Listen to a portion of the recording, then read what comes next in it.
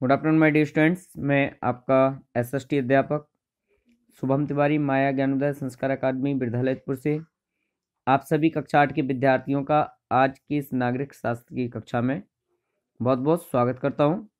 विद्यार्थियों, नागरिक शास्त्र में द्वितीय अध्याय का ये अध्ययन कर रहे हैं, देश की सुरक्षा एवं विदेश नीति, जिसके अंतर्गत हमने सैन्य संगठन के बारे में चर्चा की थी। तो हमने जाना था भारत की सेना के जो तीनों अंग हैं, थल सेना, नवसेना और वायुसेना, इन तीनों के बारे में अध्ययन किया था, एक सूक्ष्म जानकारी प्राप्त की थी इस लेसन के माध्यम से। तो इसी पार्ट में आगे बढ़ते हैं विद्यार्थियों, जहां पर एक और हमारी जो भारतीय सेनाएं हैं, उनके जो सेना अध्यक्ष हैं, उनका सर्वोच्च कमांडर जो है, और किस प्रकार से किस मंत्रालय द्वारा सेना का संचालन होता है और सेना किस प्रकार से कार्य करती है, इसके बारे में तो अभी तो हमने जाना। अब विद्यार्थियों हम बात करते हैं कि इस सेना में कौन वह व्यक्ति है जो भर्ती हो सकता है। तो विद्यार्थियों, सबसे सीधी सरल बात यह है कि भारत का कोई भी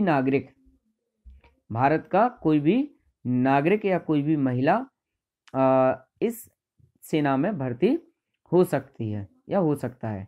विद्यार्थियों, महिलाओं की बात करें तो महिलाओं को पहले सेना में भर्ती नहीं किया जाता था, परंतु अब आज के इस वर्तमान युग में महिलाओं को भी पुरुषों के बराबर सेना में भर्ती करने का मौका गवर्नमेंट द्वारा दिया जाता है।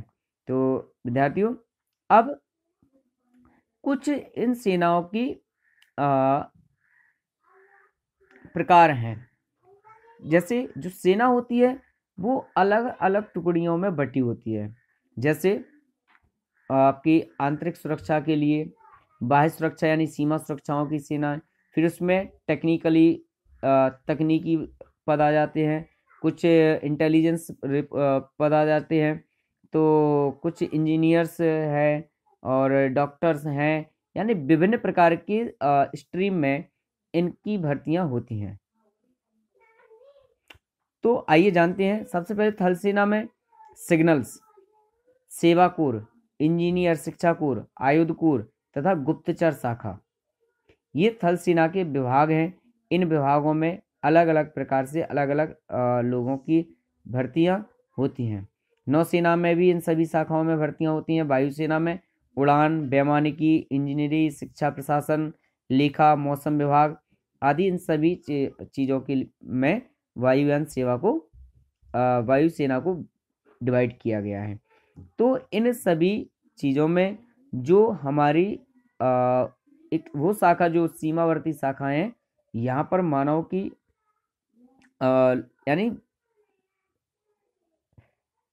व्यक्तियों की भर्ती होती है, जबकि अन्य कोर्स जो है जैसे सेवा कोर है, इंजीनियर शिक्षा कोर्स है, आयुध कोर्स है, या गुप्तचर डिपार्टमेंट, इंटेलिजेंस डिपार्टमेंट जिसे हम कहते हैं, तो इनमें अलग अलग प्रकार से महिलाओं की भर्ती आज इन शाखाओं में हो जाती है। इसके बाद देखते हैं, सेना में भर्ती होने के पहले एक चयन परीक्षा ली जाती है। इसमें जो व्यक्ति उत्तीर्ण हो जाते हैं उनको फिर प्रशिक्षण दिया जाता है, और सैन्य प्रशिक्षण के लिए देश में जो डिफेंस एकेडमी है यानी रक्षा प्रशिक्षण केंद्र, तो देश भर में ये जो प्रशिक्षण केंद्र है, यहाँ पर चयन परीक्षा पास करने वाले विद्यार्थियों को यहाँ पर प्रशिक्षित किया जाता है, जिन्हें हम नेशनल डिफेंस अकादमी कहते हैं, Indian military academy, officers training academy and national defence colleges. तो ये 4 जो एकेडमी हैं, इन 4 एकेडमियों में यहाँ पर इन लोगों को प्रशिक्षण दिया जाता है, यानी सेना से जुड़ी हुई समस्त प्रकार की जानकारी, युद्ध नीति और गुप्त सूचनाओं, खुफिया जानकारी, यानी सभी प्रकार की ट्रेनिंग से यहाँ पर व्यक्ति को प्रशिक्षित कर फिर सेना में भर्ती किया जाता है। इसके बाद आधुनिक युग में नए नए अस्त्रों शस्त्रों का प्रयोग होने लगा है। दूरगामी मिसाइलों, परमाणु बम के आविष्कारों के आक्रमणों का खतरा भी अधिक बढ़ गया है। तो इन सब चीज़ों को देखते हुए भी भारत ने भी परमाणु बम बनाने की क्षमता प्राप्त कर ली थी। विद्यार्थियों, आपको पता है अटल बिहारी वाजपेयी जी के समय में परमाणु पोखर जो मतलब परमाणु का सर्वप्रथम परीक्षण किया गया था। तो अटल जी के टाइम पे भारत ने भी परमाणु बनाने की, परमाणु क्षमता हथियार बनाने की, जो परमाणु के क्षेत्र में जो विभिन्न देश शामिल थे, उस देश में, उस लिस्ट में, उस सूची में अपने को भी शामिल किया तथा अनेक प्रकार की मिसाइलें को तैयार भी की। विद्यार्थियों, हमारे देश के जो राष्ट्रपति भी रह चुके हैं और सर्वप्रथम मिसाइल्स मैन बनाने वाले डॉक्टर APJ अब्दुल कलाम का नाम आज हमारे इतिहास में और तकनीकी ज्ञान के क्षेत्र में अतुलनीय है।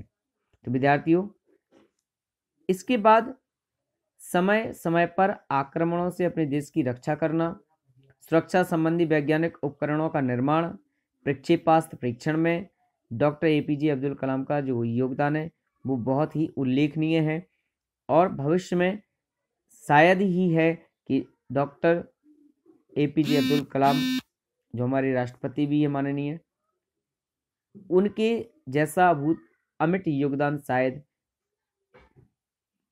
आज के वर्तमान युग में किसी के द्वारा मिल सकता है।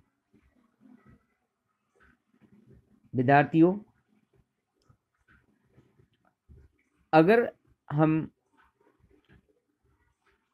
कलाम जी की बात करें तो बहुत ही एक छोटे से परिवार, मछुआरे के परिवार में जन्म लेने वाले, बड़ी ही कठिनाई और समस्याओं से जूझते हुए अपने जीवन को यापन करने वाले, कार्य करने वाले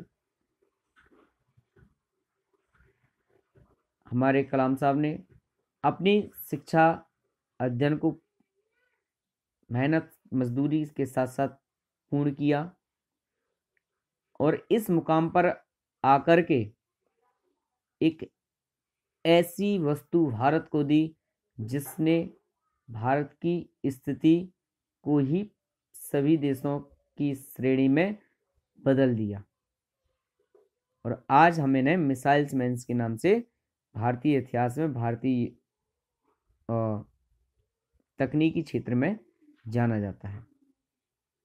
विद्यार्थियों, सैन्य संगठन में 3 सेनाओं के अतिरिक्त में अन्य और भी ऐसी टुकड़ियां हैं सेनाओं की जो कि भारत की आंतरिक और बाह्य सुरक्षा के लिए भी तैयार रहती हैं।